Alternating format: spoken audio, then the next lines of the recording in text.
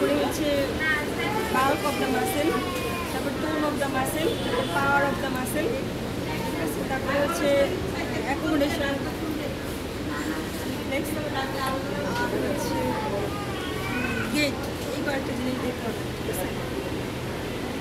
প্রথমে হচ্ছে আমরা ইন্সপেকশন করবো, লোয়ার লিম্বে প্রপার এক্সপোজ করে যতটুকু উঠানো যায় এভাবে এক্সপোজ করে প্রথমে পারমিশন নিয়ে তারপরে এক্সপোজ করবো, এক্সপোজ করে ইন্সপেকশনে এখানে কোনো মাসেল ডিফর্মিটি আছে, লোয়ার লিম্বে কোনো ডিফর্মিটি, মাসেল ওয়াস্টিং, ফেসিকুলেশন মানে কি এরকম করে কাঁপতে থাকে মাসেল, কোনো একটা মাসেল ফাইবার এরকম করে কাঁপতে থাকে, এটা হচ্ছে ফেসিকুলেশন।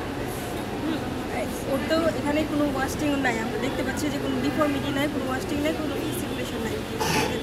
তারপরে হচ্ছে মাসেল বাল্ক সিমেট্রিক্যালি মনে হচ্ছে, কোথাও কোনো পা বেশি শুকায় গেছে এরকম হয় না, মাসেল ওয়াস্টিং হয়, যেটা ভিজুজ অ্যাট্রফি হয় না, আপার মোটর নিউরন বা সমস্যা হলে মাসেল ওয়াস্টিং হয়ে যেতে পারে সেটা। এখন বাল্ক অফ দ্য মাসেল আমরা নর্মালি দেখি হচ্ছে এইভাবে, ধরো যে নি জয়েন্ট থেকে আমরা 5 ফিঙ্গার অ্যাবাভ এখানে এভাবে ধরবো, ধরে এটা কয়টা ফিঙ্গার আসে এখানে, প্রায় 5 ফিঙ্গার, হ্যাঁ। আবার এখান থেকে 5 ফিঙ্গার অ্যাবাভ মানে এতটুকু কয়টা ফিঙ্গার আসে তার, এখানে ধরো 5 ফিঙ্গার, এখানে যদি 2 ফিঙ্গার 3 ফিঙ্গার আসে, তার মানে এটা অ্যাসিমেট্রি আছে, তাই না, মানে মাসেল ওয়াস্টিং আছে, যেটা কম থাকবে তাহলে সেটা মাসেল ওয়াস্টিং আছে। তারপরে সেম হচ্ছে নিচেও আমরা এভাবে 5 ফিঙ্গার 4 ফিঙ্গার যদি ধরি, 4 ফিঙ্গার ডিস্টেন্স এভাবে ধরলাম, এখানে আসে তোমার 3 ফিঙ্গার, হ্যাঁ। আবার এখানে যদি 4 ফিঙ্গার ডিস্টেন্সে এখানে 3 ফিঙ্গার, তার মানে সিমেট্রি আছে সবগুলো, এটা হচ্ছে মাসেল বাল্ক। তারপরে মাসেল টোন, এখানে 5 ফিঙ্গার হয়ে মানে নরমাল বুঝবো কিভাবে, দুটো বল হাত দিয়ে হ্যাঁ 2 ফিঙ্গার যদি সমান থাকে, এখান থেকে ডিস্টেন্স এই যে 4 ফিঙ্গার ডিস্টেন্স, মানে আমি আমার হাত দিয়ে একটু ডিস্টেন্স করার জন্য, যদি তুমি মেজারিং টেপ দিয়ে করতে পারবা, তো এখান থেকে তুমি মেজার করে এখানে 10 সেন্টিমিটার বা 5 সেন্টিমিটার অ্যাবভ নাও, এখান থেকে মানে মিড পয়েন্টে ধরে 5 সেন্টিমিটার অ্যাবভ নাও, নিয়ে মেজার করো কত সেন্টিমিটার, ওখানে সময় বেশি লাগবে। যদি মানে দেখে মনে হয় যে ওয়াস্টিং আছে, তাহলে তুমি মেজারিং টেপ দিয়ে করতে পারো, কিন্তু ওখানে সময় বেশি লাগে। এটা মাসেল বাল্ক। তারপরে হচ্ছে মাসেল টোন দেখার জন্য অ্যাক্টিভ আর প্যাসিভ মুভমেন্ট, ওকে আমি করতে বলবো, যদি ও করতে পারে তাহলে অ্যাক্টিভ আছে। তুমি পাটা ভাঁজ করো, এই জয়েন্ট থেকে ভাঁজ করো, এই ঠিক আছে, এটা ভাঁজ করো, এটা হচ্ছে অ্যাক্টিভ, তার মানে সে অ্যাক্টিভলি এটা পারলো, হ্যাঁ। তারপরে আমি অ্যাক্টিভ মুভমেন্ট, তারপরে আমি প্যাসিভলি নিজে করে দেখবো যে মাসেল টোনটা কেমন, বেশি মনে হচ্ছে কিনা, স্পাস্টিসিটি আছে কিনা, হ্যাঁ, এইভাবে এই জয়েন্টটা দেখবো। তারপরে এই জয়েন্টের ফ্লেকশন এক্সটেনশন এটা দেখলাম, তারপরে একটু সার্কামডেকশন এই টাইপের ইয়েগুলো, তারপরে যে প্লান্টার এই জয়েন্টগুলো সবগুলো আমরা দেখব, দেখে তারপরে হচ্ছে এভাবে আমি হাতের উপর ছেড়ে দিই। হাতের উপর যদি অনেক দ্রুত পড়ে সেটা হাইপোটোনিয়া, ঠিক আছে, ওরটা যতটুকু আছে এটা ঠিক আছে, এটা হচ্ছে নর্মাল। তুমি আগে নর্মালগুলো দেখতে দেখতেই পরে অ্যাবনর্মালগুলো, যদি হাইপোটোনিয়া হয় একদম ঠাস করে পড়ে যাবে, কোনো রেজিস্ট্যান্স তো থাকবে না, ওর তো নর্মাল একটা রেজিস্ট্যান্স আছে, ঠিক আছে, এটা হচ্ছে নর্মাল টোন। আর হাইপারটোনিয়াও হইতে পারে, হাইপোটোনিয়াও হইতে পারে। হাইপারটোনিয়া যদি হয় তাহলে একদম আস্তে আস্তে আস্তে আস্তে করবে। এখন আমার হাইপারটোনিয়ার কজ, হাইপোটোনিয়ার কজ এগুলো করতে হবে। হাইপারটোনিয়া সাধারণত আপার মোটর নিউরন হয়, আর হাইপোটোনিয়া হচ্ছে লোয়ার মোটর নিউরন। তারপরে হচ্ছে যে স্পাস্টিসিটি, এটাও আপার মোটর নিউরন হিসেবে হবে স্পাস্টিসিটি। তারপরে হচ্ছে স্পাস্টিসিটি আবার অনেকগুলো ভাগ আছে, clubs type spasticity, কগ wheel spasticity, এগুলো কোনটার জন্য কোন ডিজিজে হয় এগুলো করতে হবে।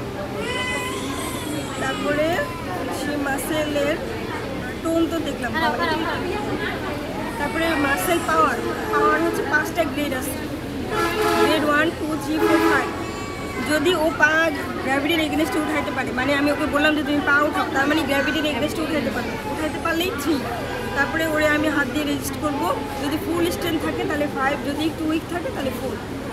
আর যদি সে আচ্ছা তুমি পাটা উপরে উঠাও তো বাবা, তার মানে ওর 3 আছে অ্যাটলিস্ট, ঠিক আছে, এটা উঠাও অ্যাটলিস্ট 3। এবার আমার হাতের উপরে চাপ দিয়ে উঠাও তো, শক্তি করে, অনেক শক্তি করে, হ্যাঁ, তার মানে স্ট্রেন্থ, ফুল স্ট্রেন্থ আছে, তাহলে ওর মাসেল পাওয়ার 5/5। এটা উঠাও, মাসেল পাওয়ার 5/5। আচ্ছা ঠিক আছে, এবার নামাও, যদি ও গ্র্যাভিটির এগেনস্টে উঠাইতে পারে না, তার মানে মাসেল পাওয়ার 3-এর কম, মানে গ্রেড 3-র কম, তখন আমি কি বুঝবো গ্রেড 1 না গ্রেড 2 কীভাবে ডিফারেন্সিয়েট গ্রেড? সেটা করার জন্য হচ্ছে ওকে আমি পাটা এদিকে নিয়ে আসবো, মানে বলবো এবার তুমি পাটা মাঝখানে নাও তো, সে যদি এতটুকু পারে তাহলে গ্রেড 2, পাটাই তুমি এখানে নাও তো। এটা বলতেছি যদি সে গ্র্যাভিটির এগেনস্টে উঠাইতে না পারে, কিন্তু এখান থেকে সরাই এখানে দিলাম, এখানে নিতে পারলো, তাহলে পাওয়ার হচ্ছে 2। আর যদি হচ্ছে এটাও যদি না পারে, আমি এখানে এনে দিলাম, বললাম এখানে নাও, সেটাও পারতেছে না, তখন কি বলবো? তাহলে বলবো যে তোমার যে কোনো একটা আঙুল একটু নাড়া হতো, এই আঙুলটা নাড়া হতো, যে ও পারতেছে না। যদি এতটুকু পারে তাহলে গ্রেড 1, আর যদি পায়ের আঙুলও নাড়াইতে না পারে তাহলে গ্রেড 0, মানে 5 ঠিক আছে, মাসেল পাওয়ারের গ্রেড।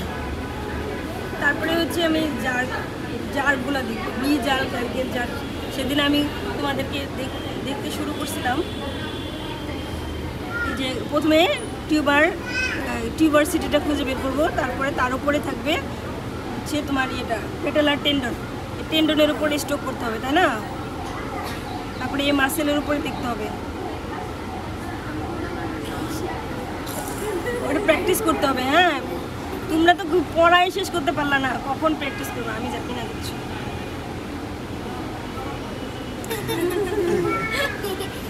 সিমেট্রিক্যালি করতে হবে, একটা হইলেও তুমি আরেকটা বাদ দিয়ে দিবা, এরকম হবে না, ঠিক আছে? 2 পায়ে সিমেট্রিক্যালি করতে হবে।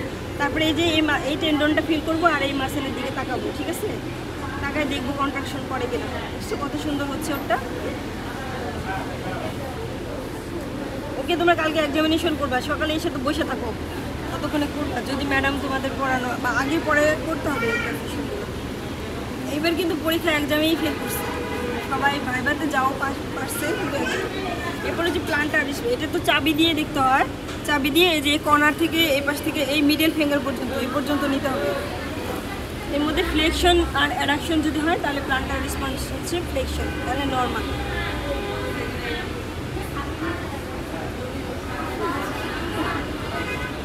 নড়াই ফেলছে সে, এই দা সোজা করো। কোন ক্লাসে পড়ো তুমি? নরম করো পা, নরম।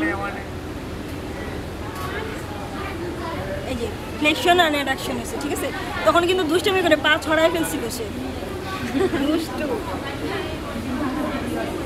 নরম করো, নরম করো। ফ্লেকশন মানে নিচের দিকে যাবে, ফ্লেকশন আর অ্যাডাকশন। আর যদি উপরের দিকে এরকম হয়ে যায়, এক্সটেনশন হয়ে যায়, আর পাগুলো এরকম সবগুলো আঙুল যদি ছড়ায় যায়, তাহলে হচ্ছে dorsiflexion of the great 2, fanning out of the other 2। এটা হচ্ছে প্লান্টার এক্সটেনশন, এটা হচ্ছে বিভিন্ন সাইন পজিটিভ, এটা পাওয়া যাবে আপার মোটর নিউরনের সাথে, ঠিক আছে? আর তারপরে হচ্ছে কোঅর্ডিনেশন রিফ্লেক্স, এটা হচ্ছে হিল শিন টেস্ট বলি আমরা। এটা ওকে আগে দেখাই দিব যে তুমি পাটা এখান থেকে এভাবে নিবা। এবার চোখ বন্ধ করো, এবার করো, সোজা করে। হ্যাঁ হ্যাঁ, আগে একবার করছে তো, হ্যাঁ এই নিচ পর্যন্ত নিয়ে আসি, নিচ পর্যন্ত। হ্যাঁ, বসে ফেলছে। গুড। এরপরে এবারে করো, এটা হিল শিন টেস্ট, মানে এটা হচ্ছে কি হিল আর এটা শিন, এই সোজাসুজি নিতে পারে কিনা এটা হচ্ছে আমার দেখার বিষয়। যদি পারে তাহলে তার কোঅর্ডিনেশন রিফ্লেক্ট গুড, ঠিক আছে? তারপরে হচ্ছে গেট মানে একটু দাঁড়া করে হাঁটাটা ঠিক আছে কিনা, নাকি সার্কামফ্লেকশন গেট, এরকম কোনো অ্যাবনর্মাল গেট আছে কিনা এটা দেখতে হবে। অ্যাবনর্মাল গেটের নাম পড়তে হবে, কজ করতে হবে, ঠিক আছে? এটা হচ্ছে মোটর। আর সেন্সরি সিস্টেমের জন্য কটন দিয়ে যে চোখ বন্ধ করে দেখতে হবে যে সবগুলা মানে ডার্মাটোম অনুযায়ী সবগুলা সেন্সেশন ঠিক আছে কিনা, কটন দিয়ে আবার পিন দিয়ে এভাবে দুইটা দেখতে হবে। এটা হচ্ছে neurological examination of the logic. এখন আমাদের তো দেখানো শেষ।